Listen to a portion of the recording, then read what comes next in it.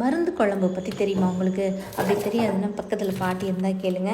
பாட்டி எங்கங்க பக்கத்தில் இருக்காங்க, அவங்க ஊரில் இருக்காங்க அப்படின்னு சொன்னீங்கன்னா நான் சொல்கிற இந்த மருந்து குழம்போட மகிமையை. இந்த மருந்து குழம்பு நிறைய வகையான மூலிகையை வறுத்து அரைச்சி பண்ணுவாங்க.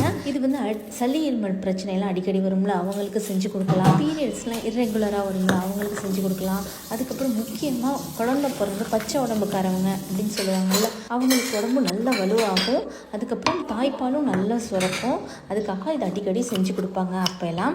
இப்போ வந்து நிறைய பேர் சாப்பிடணும் அப்படின்னு விருப்பப்படுறாங்க. ஆனால் அந்த மருந்து குழம்பு பொடி எப்படிப்பா அதை ரெடி பண்ணுறதுன்னு தெரியாதவங்களுக்காக தான் தவாஸ் லைஃப். இவங்க வந்து ஒரு ட்ரெடிஷ்னலான மெத்தடில் மருந்து குழம்பு பொடி, இட்லி பொடி, பிரியாணி மசாலா நிறைய வகையான மசாலா ரெடி பண்ணுறாங்க.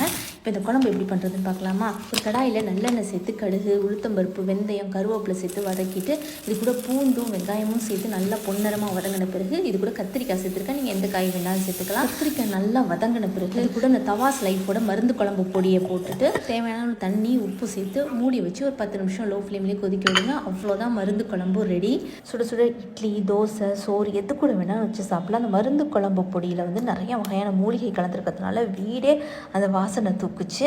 கூடவே அந்த இட்லி பொடியும் வச்சு சாப்பிட்டா ரொம்பவே நல்லா இருந்துச்சு. இவங்களோட பேஜையும் கீழே டேக் பண்ணுறேன், போய் செக் பண்ணி பாருங்கள். இனிமேல் பாட்டி பக்கத்தில் இல்லைன்னு கவலைப்படாதீங்க. நம்ம பாட்டி பக்கத்தில் இருந்து எப்படி பக்குவமாக செஞ்சு தருவாங்களோ அதே மாதிரியே செஞ்சு உங்கள் வீடு தேடி சென்ட் பண்ணுவாங்க. தேங்க்யூ.